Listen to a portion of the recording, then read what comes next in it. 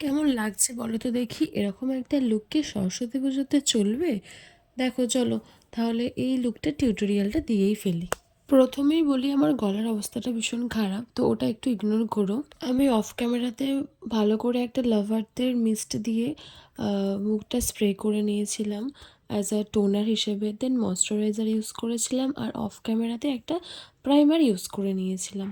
তারপর সবসময়ের মতো আমি ভীষণ অল্প একটা মেকআপ করি। আর তাছাড়া সরস্বতী পুজোর দিনের বেলা খুব অল্প মেকআপ করারই তোমরা একটু চেষ্টা করো, যেহেতু দিনের বেলা তো খুব হেভি মেকআপ ভালো লাগবে না।